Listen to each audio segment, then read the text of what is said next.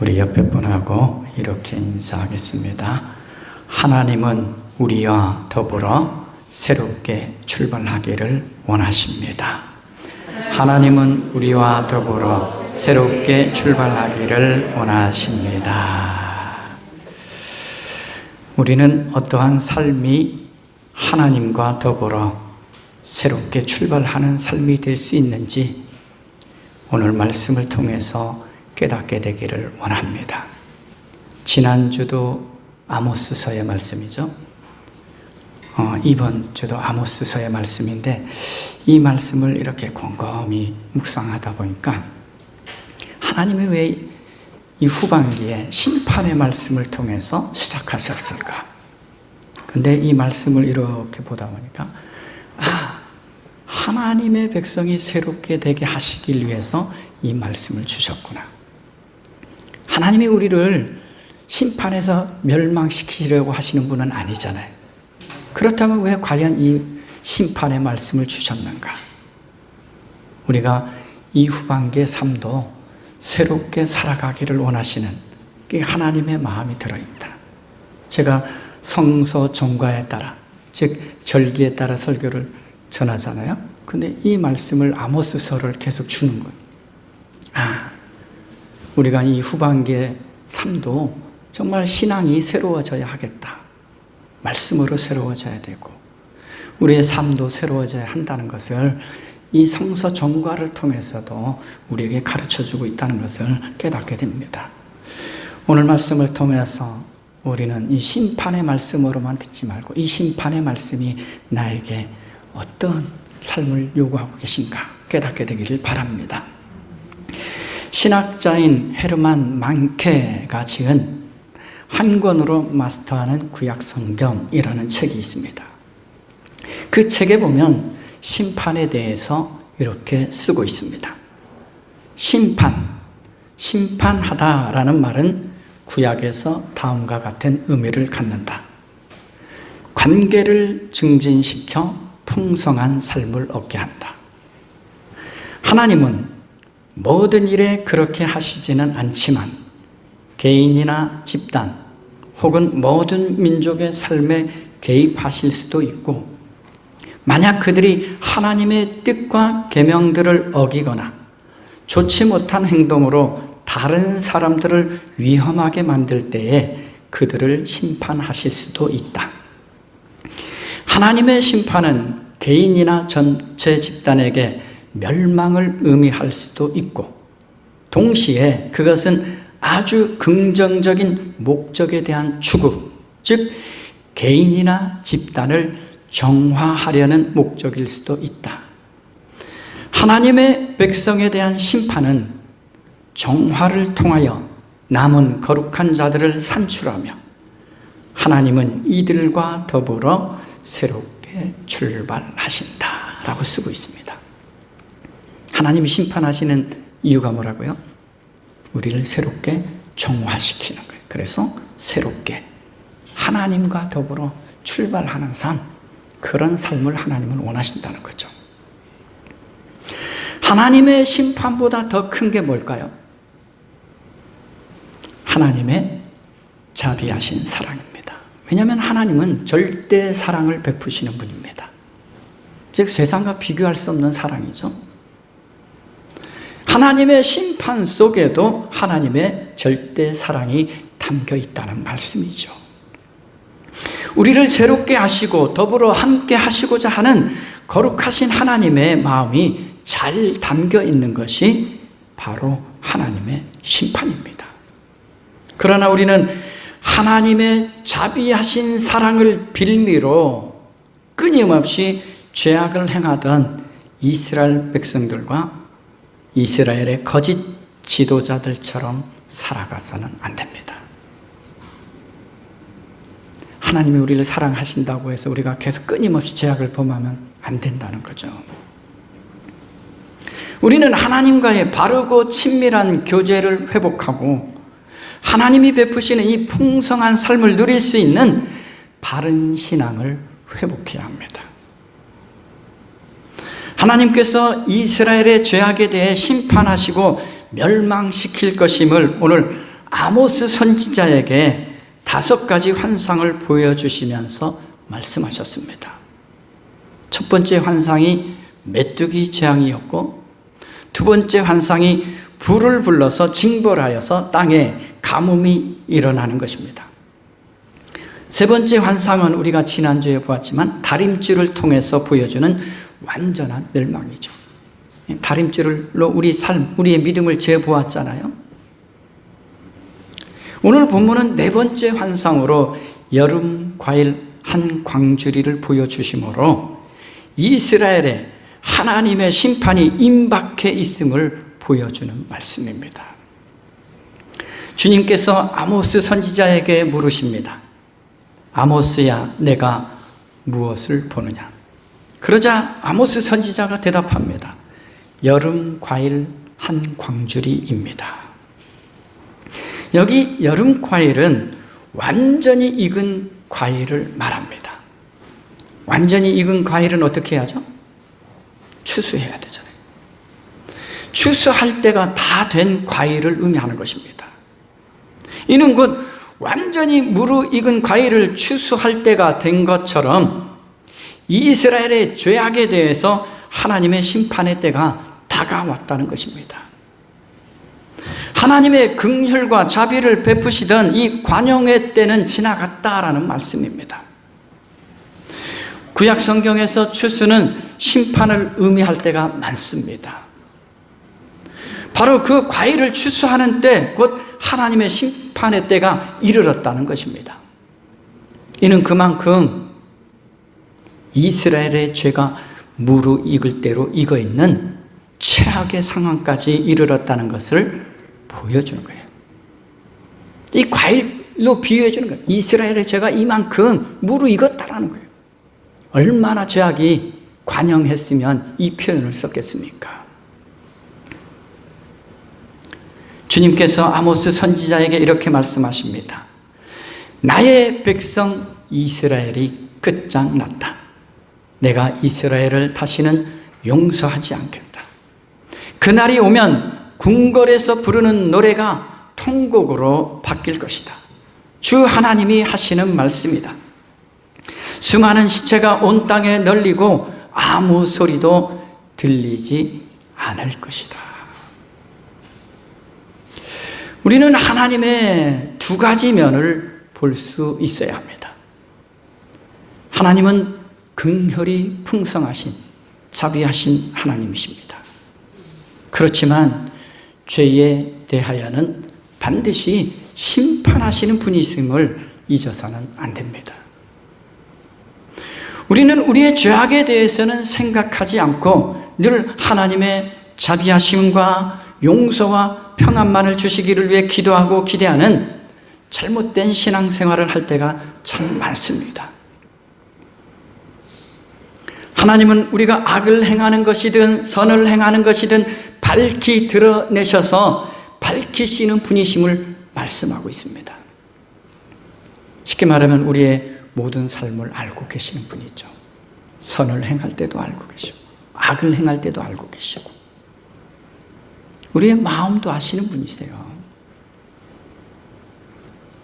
우리의 마음을 밝히셔서 아시는 분이세요. 하나님 앞에 숨길 수 있는 게 하나도 없다라는 거죠. 그렇다면 오늘 하나님의 언약의 나라였잖아요. 그런 언약의 나라였던 이스라엘이 하나님의 심판을 당할 수밖에 없었던 이유가 무엇일까요? 그들은 하나님의 말씀을 업신여기며 하나님께서 정하신 율례를 지키지 않았고, 더 나아가서 조상들이 곁길로 갔던 것처럼 그들도 조상들이 섬기던 거짓되고 헛된 우상을 섬기는 죄악된 삶에 빠져 있었기 때문입니다. 그런데 이스라엘의 문제는 오늘 신앙적인 것에 그치지 않았습니다. 바른 신앙을 갖지 못하다 보니 그들의 삶도 부도덕하고 불의하고 부정한 삶으로 나타났습니다. 바른 믿음이 없으면 바른 삶을 살 수 없다는 것을 여실히 보여주고 있죠. 우리 교회의 영구적인 표와 생각해 보셨습니까? 바른 믿음, 바른 삶을 통해서 이 땅에서부터 하나님 나라를 누려야 되는데 믿음이 바르지 못하면 바른 삶 나올 수 없는 거예요.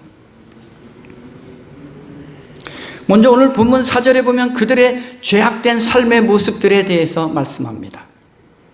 빈궁한 사람들을 짓밟고 이 땅에 가난한 사람을 망하게 하는 자들아, 이 말을 들어라. 이 말씀은 누구에게 주고 있는 말씀일까요?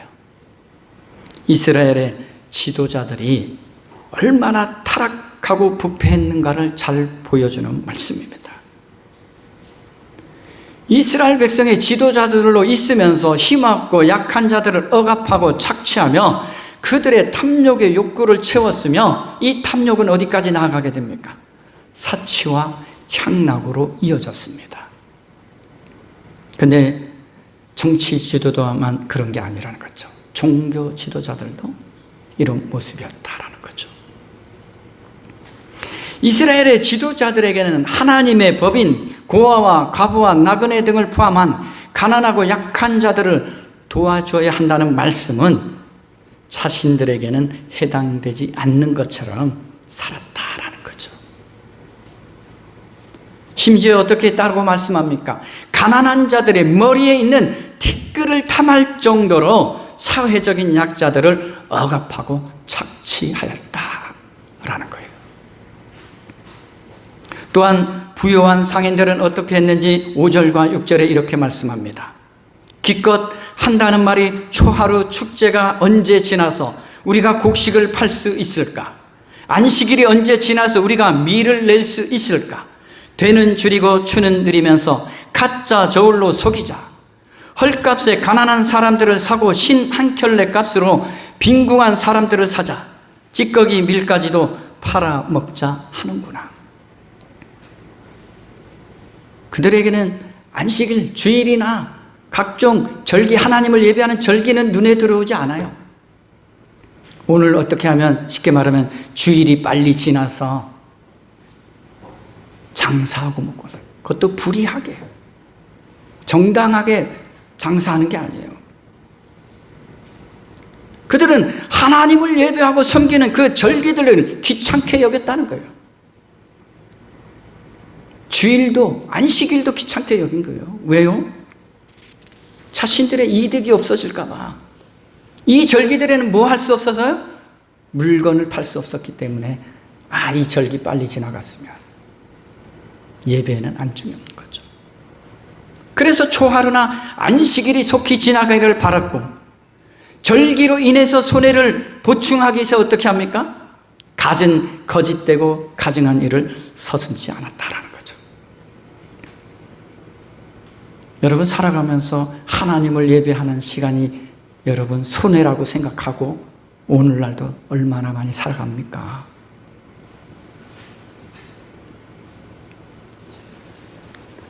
더 나가서 되를 작게 하고 손 저울을 크게 하고 은을 다는 저울추를 크게 하여서 폭리를 취했으며 곡물 찌꺼기와 같은 불량품을 통해서도 폭리를 취하는데 여념이 없었다라는 거예요.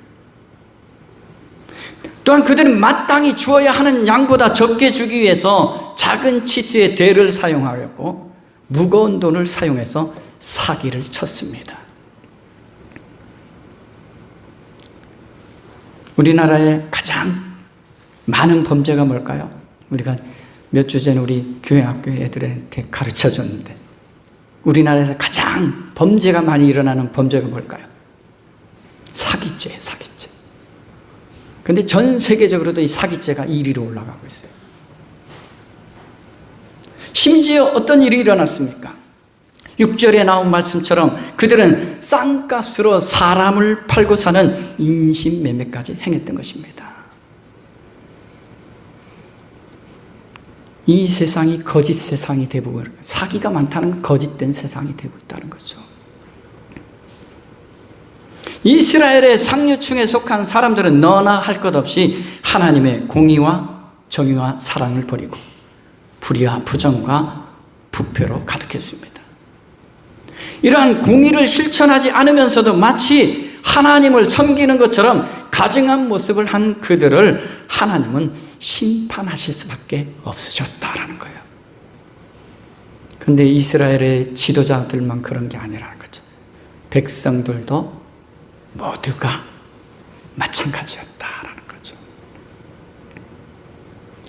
하나님께서 아모스 선지자를 통해서 이스라엘에 주신 말씀이 아모스서 5장 21절에서 24절에 나옵니다. 나는 너희가 벌이는 절기 행사들이 싫다, 역겹다. 너희가 성회로 모여도 도무지 기쁘지 않다. 너희가 나에게 번제물이나 곡식제물을 바친다 해도 내가 그 제물을 받지 않겠다. 너희가 화목제로 바치는 살찐 짐승도 거들떠 보지 않겠다. 시끄러운 너의 노랫소리를 나의 앞에서 집어치워라. 너의 검은고 소리도 나는 듣지 않겠다. 너희는 다만 공의가 물처럼 흐르게 하고 정의가 마르지 않는 강처럼 흐르게 하여라. 무슨 말씀입니까? 마음 없는 예배 받지 않겠다는 거죠. 바른 믿음 가운데서 나오지 않는 바른 삶이 없는 예배 받지 않겠다는 거죠. 먼저 너희들의 믿음과 너희들의 삶을 바르게 하고 나서 하나님을 예배하라 라는 말씀이죠.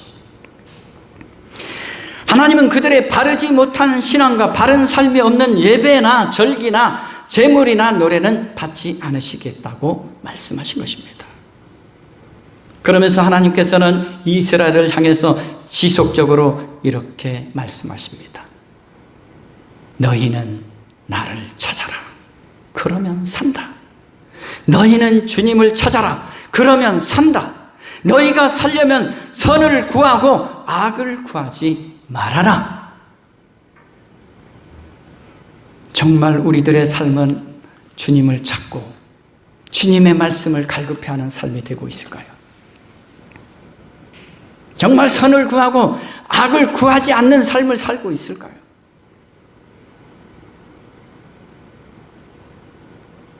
너무도 세상 가치에 물들어버린 우리들의 모습은 아닙니까?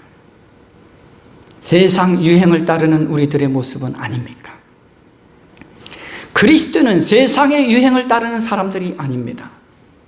세상의 흐름을 따르는 사람들이 아닙니다. 무엇을 따르는 사람입니까? 주님의 다스림을 받고 주님의 말씀을 따르는 사람들이 그리스도인이잖아요. 세상 유행에 뒤처질까 봐 염려되십니까? 염려할 거 없습니다. 세상 유행은 순식간에 지나가잖아요. 아이돌만 봐도 알 수 있잖아요. 아이돌 한 주간 나오면 다음 주 없어져요. 금방 지나가요, 아이돌은. 그런데 이스라엘은 주님의 이러한 애타는 마음에도 불구하고 하나님께로 돌아가는 것을 거부하고 돌아가지 않습니다. 주님을 찾으라 그러는데 돌아가지 않아요.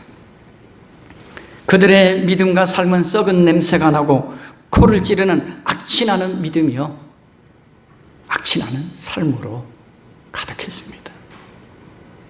그들의 모든 삶의 모습은 하나님이 하나님의 백성에게 요구하시는 삶인 선을 구하고 악을 미워하여 공의를 행하는 삶과는 거리가 멀었다라는 것입니다. 우리의 신앙도 이와 같습니다. 바른 믿음이 없으면 바른 삶을 살아갈 수 없고, 바른 삶이 없는 바른 신앙은 있을 수 없습니다. 한낱 세상의 것만을 추구하는 종교인으로 전락하는 삶을 살아가는 것을 하나님은 원하지 않습니다. 주일날 벌받지 않으려고 교회에 오십니까? 주일날을 시간대로 오십니까? 종교인이에요. 그는 주님의 다스림 안에 있는 그리스도인이 아닙니다. 하나님은 그런 예배 받지도 않으시고 원하지도 않으십니다. 하나님은 하나님의 백성이 거룩하신 하나님을 닮아서 거룩한 삶을 통해서 하나님의 백성다움을 나타내시기를 원하시는 거죠. 하나님께서 어떠한 예배와 어떤 삶을 기뻐하시는지 이스라엘의 초대 왕이었던 사울을 통해서도 분명히 보여줍니다. 사무엘상 15장 22절에서 23절에 이렇게 말씀합니다. 주님께서 어느 것을 더 좋아하시겠습니까? 주님의 말씀에 순종하는 것이겠습니까? 아니면 번제나 화목제를 드리는 것이겠습니까? 잘 들으십시오. 순종이 제사보다 낫고 말씀을 따르는 것이 순양의 기름보다 낫습니다. 거역하는 것은 점을 치는 죄와 같고 고집을 부리는 것은 우상을 섬기는 죄와 같습니다. 임금님이 주님의 말씀을 버리셨기 때문에 주님께서도 임금님을 버려 왕이 되지 못하게 하셨습니다. 이스라엘 백성이 심판받은 가장 근본적인 이유가 뭘까요? 하나님의 말씀을 버린 거예요. 하나님의 말씀을 버리면 누구를 버린 것과 똑같습니까? 하나님을 버린 거잖아요. 주님의 말씀을 버려 심판을 당한 사울처럼 이스라엘 백성들도 오랫동안 하나님의 말씀을 무시하였기 때문에 오랜 세월이 흘러야 하나님의 말씀을 듣게 되는 이 말씀의 기근이 일어날 것임을 말씀하고 있는 거예요. 우리가 구약 시대가 끝나면 신약 시대가 이르기 전에 신구약 중간 시대라 그래요. 그때는 말씀도 이상도 보이지 않았다 그래요. 무슨 말이에요? 말씀의 기근이 일어난다. 너무나 크나큰 제약 때문에 하나님이 마치 안 계신 것처럼, 응답하지 않는 것처럼, 말씀을 주시지 않는 것처럼 하는 시대가 이어졌다는 거죠. 11절과 12절에 이렇게 말씀합니다. 그날이 온다. 나 주 하나님이 하는 말이다. 내가 이 땅에 기근을 보내겠다. 사람들이 배고파하겠지만 그것은 밥이 없어서 겪는 배고픔이 아니다. 사람들이 목말라 하겠지만 그것은 물이 없어서 겪는 목마름이 아니다. 주의 말씀을 듣지 못하여서 사람들이 굶주리고 목말라 할 것이다. 그때야 사람들이 주의 말씀을 찾으려고 이 바다에서 저 바다로 헤매고 북쪽에서 동쪽으로 떠돌아 다녀도 그 말씀을 찾지 못할 것이다. 여러분, 말씀에 대해서 갈급함이 있습니까? 우리가 가끔 이러한 복음성을 부르죠. 목마른 사슴 시냇물을 찾아 헤매듯이 내 영혼 주의 말씀을 찾아 그런 갈급함이 있느냐 하는 것이죠. 신앙적인 양심을 잃어버린 자에게는 말씀마저도 기근으로 나타납니다. 하나님의 백성에게 이 말씀의 기근이 얼마나 큰 심판인지를 깨달아야 합니다. 왜냐하면 이 말씀은 생명과 연결되어 있잖아요. 이 말씀이 생명과 연결되어 있다는 것을 깨닫습니까? 우리는 입으로 이렇게 말하잖아요. 하나님의 말씀은 생명의 양식입니다. 지적으로 알고 있죠. 그러나 마음으로부터는 이 말씀이 생명의 양식임을 아직 받아들이지 못한 거예요. 말씀에 무관심해요.